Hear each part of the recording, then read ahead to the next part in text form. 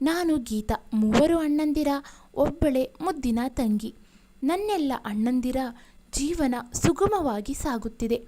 ಆದರೆ ನನ್ನದು ಬದುಕಲು ಗುರಿಯಿಲ್ಲದ, ಸಾಯಲು ಮನಸ್ಸಿಲ್ಲದ ಜೀವನ. ಸುಮ್ಮನೆ ದಿನ ತಳ್ಳುತ್ತಿರುವೆ ಅಷ್ಟೆ. ನಮ್ಮ ಕೊನೆಯ ಅಣ್ಣನ ಮದುವೆಯಾಗಿ 2 ಮಕ್ಕಳಾಗಿದ್ದವು. ನನಗಾಗ 20 ವರ್ಷವಿರಬಹುದೇನೋ. ಉಳಿದಿದ್ದ ನನ್ನೊಬ್ಬಳ ಮದುವೆಗೆ ಗಂಡಿನ ಹುಡುಕಾಟ ಭರದಿಂದ ಸಾಗಿತು. ಮೊದಲೊಬ್ಬ ಹುಡುಗ ಬಂದಿದ್ದ. ನೋಡೋಕೆ ನನಗಿಂತ ಬೆಳ್ಳಗೆ, ತೆಳ್ಳಗೆ, ಸ್ಥಿತಿವಂತನಿದ್ದ. ಆದರೆ ಮನೆಯಲ್ಲಿ ನೋಡೋಕೆ ತೆಳ್ಳಗಿದ್ದಾನೆ, ಅದೇನು ಕಾಯಿಲೆ ಇದೆಯೋ ಏನೋ ಎಂದು ತಿರಸ್ಕರಿಸಿಬಿಟ್ಟರು. ಮನೆಯಲ್ಲಿ ದೊಡ್ಡವರ ಮಾತೆ ಅಭಿಪ್ರಾಯವೇ ಕೊನೆ. ಮದುವೆಯಾಗುವವರದಲ್ಲ. ಹಾಗಾಗಿ ನಾನು ಸಹ ಸುಮ್ಮನುಳಿದೆ. ಅದಾಗಿ 5 ತಿಂಗಳ ನಂತರ ಇನ್ನೊಬ್ಬ ಹುಡುಗ ಬಂದ. ನೋಡಲು ಮೈಕೈ ತುಂಬಿಕೊಂಡು ಚೆಂದವಿದ್ದ. ಮತ್ತೆ ರಾಜಕೀಯದಲ್ಲಿ ಹೆಚ್ಚಿನ ಆಸಕ್ತಿ ಹೊಂದಿದ್ದ. ಮನೆಯಲ್ಲೆಲ್ಲ ಹುಡುಗನ ಒಪ್ಪಿಗೆಯಾಗಿತ್ತು. ನನಗೂ ಇಡಿಸಿತ್ತು ಕೂಡ. ನನ್ನ ಕಿರಿಯಣ್ಣನಿಗೆ 3ನೇ ಮಗಳು ಹುಟ್ಟಿದ ಸಮಯಕ್ಕೆ ನನ್ನ ಮದುವೆಯಾಯಿತು. ಗಂಡನ ಮನೆ ಸೇರಿದ ನಾನು 1 ತಿಂಗಳು ಕೂಡ ಅವನೊಂದಿಗೆ ಸಂಸಾರ ಮಾಡಲಾಗಲಿಲ್ಲ. ಹೊರಗಿನಿಂದ ಬಂದವನಿಗೆ ನಾನು ನೀರು ಕೊಟ್ಟರೆ ತೆಗೆದುಕೊಳ್ತಿರ್ಲಿಲ್ಲ. ನಾನು ಊಟ ಬಡಿಸಿದ್ರೆ ಎದ್ದು ಹೋಗಿ ಬಿಡ್ತಿದ್ದ. ಪಕ್ಕ ಮಲಗುತ್ತಿದ್ದ ನನ್ನ ಮೈ ಕೂಡ ಸೋಕುತ್ತಿರಲಿಲ್ಲ. ಹೀಗೆ 2 ವಾರ ಕಳೆದಿತ್ತು. ನಾನು ಧೈರ್ಯ ಮಾಡಿ ನಮ್ಮತ್ತೆಯನ್ನು ಕೇಳೇ ಬಿಟ್ಟೆ, ಅವರು ಯಾಕೆ ನನ್ನೊಂದಿಗೆ ಮಾತನಾಡುವುದಿಲ್ಲವೆಂದು. ಆಗಲೇ ತಿಳಿದಿದ್ದು ಅಸಲಿ ಕಾರಣ. ಮದುವೆ ಮೊದಲು ಅವನಿಗೆ ನಾನು ಇಡಿಸಿರ್ಲಿಲ್ವಂತೆ. ರಾಜಕೀಯದಲ್ಲಿ ಉತ್ತಮ ಹೆಸರು ಮಾಡುವುದರಲ್ಲಿ ನಿರತನಿದ್ದ ಅವನು ಒಬ್ಬಳು ಗಂಡ ಬಿಟ್ಟ ಹೆಂಗಸನ್ನು ಇಷ್ಟಪಟ್ಟಿದ್ದನಂತೆ.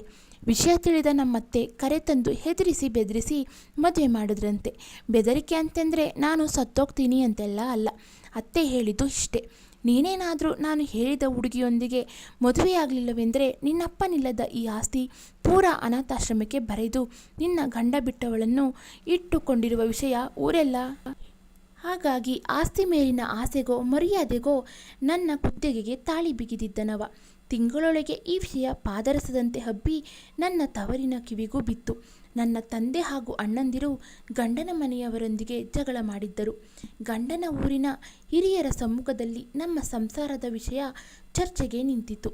ಯಾವುದೇ ಅಂಜಿಕೆ ಇಲ್ಲದೆ ನನ್ನ ಗಂಡ ಎಲ್ಲರ ಮುಂದೆ ಬೇರೆಯವಳೊಂದಿಗೆ ಸಂಬಂಧವಿರುವುದಾಗಿ ಒಪ್ಪಿಕೊಂಡ.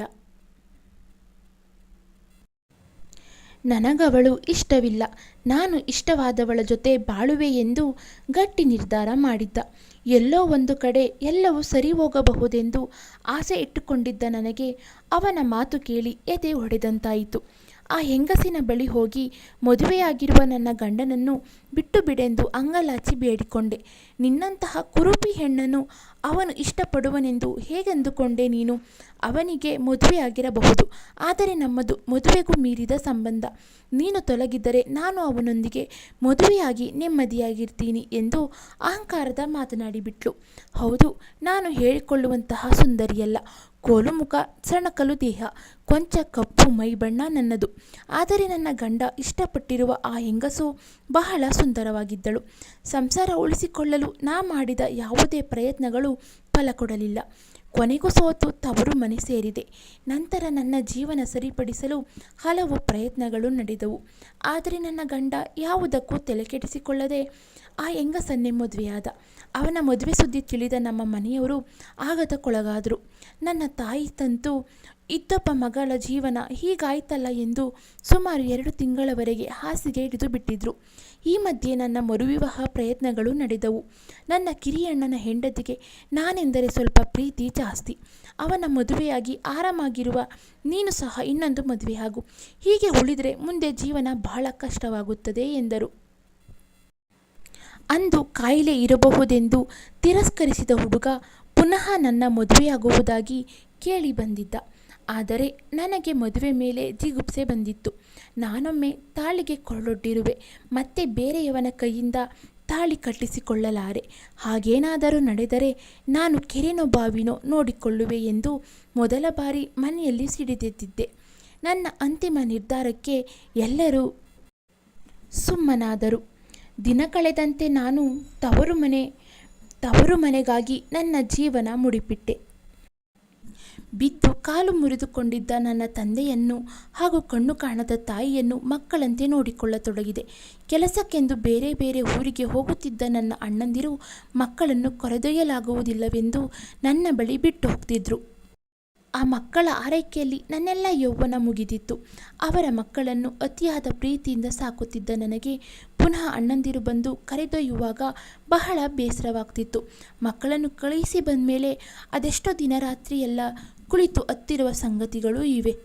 ನಾನೆಷ್ಟೇ ಪ್ರೀತಿಯಿಂದ ಸಾಕಿದರೂ ಆ ಮಕ್ಕಳು ನನ್ನವಲ್ಲವೆಂಬ ನೋವು ನನ್ನನ್ನು ಅತಿಯಾಗಿ ಕಾಡಿತು. ಕಟ್ಟಿಕೊಂಡವ ಕೊನೆ ಪಕ್ಷ ನನ್ನ ಮೇಲೆ ಆಸೆ ತೋರಿಸಿಕೊಂಡಿದ್ದರೂ ಸಹ ಇಂದು ಬದುಕು ನಡೆಸಲು ಆಶಾಕಿರಣದಂತೆ ಒಂದು ಮಗು ಇರುತ್ತಿತ್ತೇನೋ ಎಂದು ಬಹಳ ಸಲ ಅನ್ನಿಸಿದೆ. ಆದರೆ ಸ್ವಲ್ಪ ದಿನಗಳಲ್ಲಿ ತಿಳಿಯಿತು ಅದು ಸಹ ಸಾಧ್ಯವಿರಲಿಲ್ಲವೆಂದು. ಹೇಗೆಂದರೆ ಒಮ್ಮೆ ಹೊಲದಲ್ಲಿ ಕೆಲಸ ಮಾಡುತ್ತಿರುವಾಗ ಅತಿಯಾದ ಹೊಟ್ಟೆ ನೋವು ಕಾಣಿಸಿತ್ತು. ಆಗಲೇ ನನ್ನ ಗಮನಕ್ಕೆ ಬಂದಿತ್ತು. ಹೊಟ್ಟೆ ಉಬ್ಬರಿಸಿಕೊಂಡಿದ್ದು. ಕೊನೆ ಅಣ್ಣನಿಗೆ ವಿಷಯ ತಿಳಿಸಿದಾಗ ಬಂದು ಆಸ್ಪತ್ರೆಗೆ ತೋರಿಸಿದರು. ಹೊಟ್ಟೆಯಲ್ಲಿ ಗೆಡ್ಡೆಯಾಗಿದೆ, ಆಪರೇಷನ್ ಮಾಡಿಸಲೇಬೇಕು, ಇಲ್ಲದಿದ್ದರೆ ಜೀವಕ್ಕೆ ಹಾನಿ ಎಂದರು ಡಾಕ್ಟರ್. ಸಣ್ಣತ್ತಿಗೆ ನನ್ನನ್ನು ಊರಿಗೆ ಕರೆಸಿಕೊಂಡು ಆಪರೇಷನ್ ಮಾಡಿಸಿದರು. ಆಗ ಡಾಕ್ಟರ್ ಒಂದು ಮಾತು ಹೇಳಿದ್ದರು. ಇವರಿಗೊಂದು ವೇಳೆ ಮದುವೆಯಾಗಿದ್ದರೂ ಸಹ ಮಕ್ಕಳಾಗುತ್ತಿರಲಿಲ್ಲ. ಹೊಟ್ಟೆಯಲ್ಲಿ ಗಡ್ಡೆ ಗರ್ಭಕೋಶಕ್ಕೆ ಹಾನಿ ಮಾಡುವುದರಲ್ಲಿತ್ತು. ಈಗೇನು ತೊಂದರೆ ಇಲ್ಲವೆಂದು ಹೇಳಿದರು. ಗುಣಮುಖಳಾದ ನಾನು ಪುನಃ ಮನೆ ಸೇರಿದೆ. ಅದೇ ಕೆಲಸ. ಅಪ್ಪ ಅಮ್ಮನ ಕಾಳಜಿ ಮುಂದುವರೆದಿತ್ತು. ಈ ಮಧ್ಯೆ ಇದ್ದಕ್ಕಿದ್ದಂತೆ ಆರೋಗ್ಯ ಸರಿಯಿಲ್ಲವೆಂದು ಹಾಸಿಗೆ ಹಿಡಿದ ನನ್ನಮ್ಮ ಹಸುನೀಗಿದರು. ನನ್ನ ಕಷ್ಟ ನೋಡಿ ಮರುಗುವ ಜೀವ ಕಳೆದುಕೊಂಡ ನನಗೆ ಜೀವನ ಸಾಕೆನಿಸಿಬಿಟ್ಟಿತು. ಹೀಗಿರುವಾಗಲೇ ನನ್ನ ಸಣ್ಣತ್ತಿಗೆಯ ಅಕ್ಕ ಒಬ್ಬರು ನನಗೆ 35ರ ಪ್ರಾಯದಲ್ಲಿ ಮದುವೆ ಮಾಡಲು ಮುಂದೆ ಬಂದರು. ಆ ವ್ಯಕ್ತಿಗೂ ಸಹ ಅದು 2ನೇ ಮದುವೆಯಾಗಿತ್ತು. ಬಹಳ ಆಸ್ತಿ ಮಾಡಿದ್ದ. ಆ ವ್ಯಕ್ತಿಗೆ ಮಗ ಹಾಗೂ ಮನೆ ನೋಡಿಕೊಳ್ಳಲು ಹೆಂಡತಿ ಬೇಕಿತ್ತು. ಮದುವೆ ನಡೆದರೆ ನನ್ನ ಬಾಳಿಗೊಂದು ಆಸರೆಯಾಗುವುದೆಂದು ಅನ್ನಿಸಿತ್ತು. ಆದರೆ ನನಗೆ ಬಾಯಿ ಬಿಟ್ಟು ಹೇಳಿಲ್ಲ. ಒಂಥರ ಮುಜುಗರಕ್ಕೊಳಗಾಗಿ ಮೌನಿಯಾದೆ. ಆದರೆ ನನ್ನ ತಂದೆ ಈ ವಯಸ್ಸಲ್ಲಿ ಮದುವೆ ಮಾಡಿದರೆ, ಮಗಳು ಮದುವೆಯಾಗಿ ಹೋದರೆ ಕಾಲು ಮುರಿದು ಹಾಸಿಗೆ ಹಿಡಿದ ಅವರನ್ನು ನೋಡಿಕೊಳ್ಳಲು ಯಾರೂ ಇಲ್ಲವೆಂಬುದಾಗಿತ್ತು. ಸೊಸೆಯಂದಿರ ಕಾಳಜಿ ಅವರಿಗೆ ಇಡಿಸ್ತಿರಲಿಲ್ಲ. ತನ್ನ ಇಳಿವಯಸ್ಸಿನ ಜೀವನಕ್ಕಾಗಿ ಸರಿ ಹೋಗುತ್ತಿದ್ದ ನನ್ನ ಜೀವನವನ್ನು ಊರ ಜನರು ತಪ್ಪು ತಿಳಿಯುವರು ಬೇಡವೆಂದು ಬಿಟ್ಟರು. ಅತ್ತಿಗೆ ಅವರನ್ನೊಪ್ಪಿಸಲು ಬಹಳ ಪ್ರಯತ್ನ ಮಾಡಿ ಸೋತು ಹೋದರು. ತಂದೆ ಮದುವೆ ಬೇಡವೆನ್ನಲು ನಿಜವಾದ ಕಾರಣ ಊರ ಜನರಾಗಿರಲಿಲ್ಲ. ಮಗಳು ಮದುವೆಯಾಗಿ ಹೋದರೆ ನನ್ನ ನೋಡಿಕೊಳ್ಳೋದು ಯಾರು ಎಂಬುದಾಗಿತ್ತು. ಬಲಿ ಕೊಟ್ಟರೆ ತಂದೆ ಎನಿಸಿತು. ಆದರೂ ಏನೆಂದು ಮಾತನಾಡದೆ ಸುಮ್ಮನಾದೆ. ಸತತ 5 ವರ್ಷಗಳ ಕಾಲ ನನ್ನ ಕೈಯಲ್ಲಿ ಚಾಕರಿ ಮಾಡಿಸಿಕೊಂಡ ತಂದೆ ನರಳಿ ಸಾವನ್ನಪ್ಪಿದರು. ನಾನೀಗ ಒಂಟಿ. ಪ್ರಾಯ 40 ದಾಟಿದೆ. ತಲೆ ಕೂದಲು ಬೆಳ್ಳಗಾಗ್ತಿದೆ. ತಂದೆ ತಾಯಿಯೊಂದಿಗೆ ಇದ್ದ ಮನೆ ಈಗ ಖಾಲಿಯಾಗಿದೆ. ದೊಡ್ಡಣ್ಣನ ಹೆಣ್ಣು ಮಕ್ಕಳ ಮದುವೆಯಾಗಿದೆ. ಕೊನೆಯಣ್ಣನ ಮಕ್ಕಳು ಮದುವೆ ವಯಸ್ಸಿಗೆ ಬೆಳೆದಿದ್ದಾರೆ. ಇರುವ 2 ಎಕರೆ ಹೊಲ ತಂದೆ ತೀರು ಹೋದ್ಮೇಲೆ ಪಾಲಿಗೆ ಬಂದು ನಿಂತಿತು. 3 ಜನ ಗಂಡು ಮಕ್ಕಳಿಗೆ ಪಾಲಾಗಬೇಕೆಂಬುದು ನಿರ್ಣಯವಾಗಿತ್ತು. ಈ ಆಸ್ತಿಯಲ್ಲಿ ನನಗೆ ಪಾಲಿರಲಿಲ್ಲ. ನನ್ನ ಮದುವೆ ಮಾಡಿಕೊಟ್ಟಿದ್ದವರಲ್ಲವೇ, ಅವಳು ಬಾಳಲಿಲ್ಲವೆಂದರೆ ಅದು ನಮ್ಮ ತಪ್ಪಲ್ಲವೆಂದು ಬಿಟ್ಟರು. ಮೊದಲಿಬ್ಬರು ಅಣ್ಣಂದಿರು.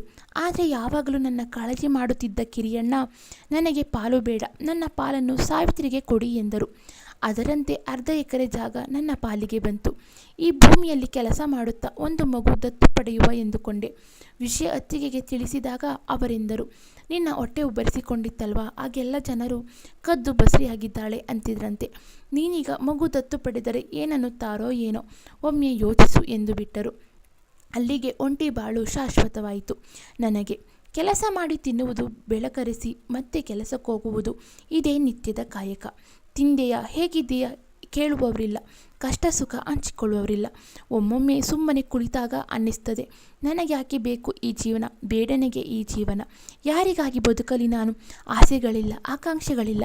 ಸಡನ್ನಾಗಿ ಸತ್ರೆ ಅಳುವವರು ಸಹ ಇಲ್ಲ. ದೂರದಲ್ಲಿರುವ ನನ್ನ ಕಿರಿಯಣ್ಣ ಆಗಾಗ ಫೋನ್ ಮಾಡ್ತಾರೆ, ಆರೋಗ್ಯ ವಿಚಾರಿಸ್ತಾರೆ. ಒಬ್ಬಳೇ ಇರುವಳಲ್ಲ ಎಂಬ ಯೋಚನೆ ಅವರದ್ದು. ಹಲವು ಬಾರಿ ಕರೆದರು ನನ್ನ ಜೊತೆಗಿರು ಬಾ ಎಂದು. ಆದರೆ ಅವನ ಮಕ್ಕಳು ಸಹ ಮದುವೆಗೆ ಬಂದಿರುವವರು. ನಾನೀಗ ಹೋಗಿ ಅವನಿಗೆ ಹೊರೆಯಾಗುವುದು ಸರಿ ಕಾಣಲಿಲ್ಲ. ಅದೆಲ್ಲ ಅಲ್ಲದೆ ಸಿಕ್ಕಿರುವ ಭೂಮಿಯ ಕೆಲಸ ನನ್ನ ಹೆಗಲ ಮೇಲಿದೆ. ಈಗನಿಸುತ್ತೆ, ಮೊದಲ ಬಾರಿ ಮನೆಯವರು ನನ್ನ ಮದುವೆ ಮಾಡಲು ನಿರ್ಧರಿಸಿದಾಗ ನಾನು ತಿರಸ್ಕರಿಸಬಾರದಿತ್ತೆಂದು. ಆದರೆ ನನಗೇನು ಗೊತ್ತು, ಮುಂದೊಂದು ದಿನ ನನ್ನ ಜೀವನ ಈ ಸ್ಥಿತಿಗೆ ಬರುತ್ತದೆಂದು. ಯಾರನ್ನೂ ದೂರುವಂತಿಲ್ಲ. ನನ್ನ ಸ್ಥಿತಿಗೆ ನಾನೇ ಕಾರಣವೆಂದು ಸುಮ್ಮನಿರಬೇಕಷ್ಟೆ. ಇನ್ನೇನು ಜೀವನ ಮುಕ್ತಾಯದ ಹಂತಕ್ಕೆ ಬರುವುದೇನೋ. ಮುಂದೇನು ಜನ್ಮ ಹೊಂದಿದ್ದರೆ ನನ್ನನ್ನು ಪ್ರಾಣಿಯನ್ನಾಗಿ ಬೇಕಾದರೂ ಹುಟ್ಟಿಸು ದೇವ್ರೆ. ಆದರೆ ಈ ಒಂಟಿತನದ ಜೀವನ ಕೊಡಬೇಡ. ಇಂತಹ ನರಕ ನನ್ನ ಶತ್ರುಗಳಿಗೂ ಬೇಡ. ಇಂಗು ಗಂಡ ಕಟ್ಟಿದ ತಾಳಿ ಕೊಳ್ಳಲಿದೆ. ಆದರೂ ಕನ್ಯೆ ನಾನು. ಎಲ್ಲೋ ಯಾರೊಂದಿಗೋ ಸಂತೋಷದಲ್ಲಿರುವ ಅವನ ಹೆಸರಿನ ಸಿಂಧೂರ ಹಣೆಯಲ್ಲಿದೆ. ಆದರೂ ವಿಧವೆ ಬಾಳು ನನ್ನದು. ಬದುಕೆಂಬ ಪುಸ್ತಕದಲ್ಲಿ ಈಗ ಉಳಿದಿರುವುದು ಖಾಲಿ ಹಾಳೆಗಳು. ಬೇಡನೆಗೆ ಈ ಜೀವನ, ಆದರೂ ಬದುಕುವೆ ಆಗುವವರೆಗೆ ಜವರಾಯನ ಆಗಮನ. ಕತೆ ಇಷ್ಟ ಆಗಿದ್ರೆ ಲೈಕ್ ಮಾಡಿ, ಶೇರ್ ಮಾಡಿ, ಕಮೆಂಟ್ ಮಾಡಿ, ಸಬ್ಸ್ಕ್ರೈಬ್ ಮಾಡಿ.